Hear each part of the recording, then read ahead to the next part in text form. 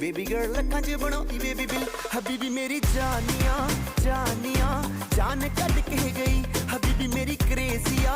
देसिया मैनू लुट के गई हबीबी मेरी जानिया जानिया जान कट के गई हबीबी मेरी क्रेजिया देसिया मैनू छड़ के गई।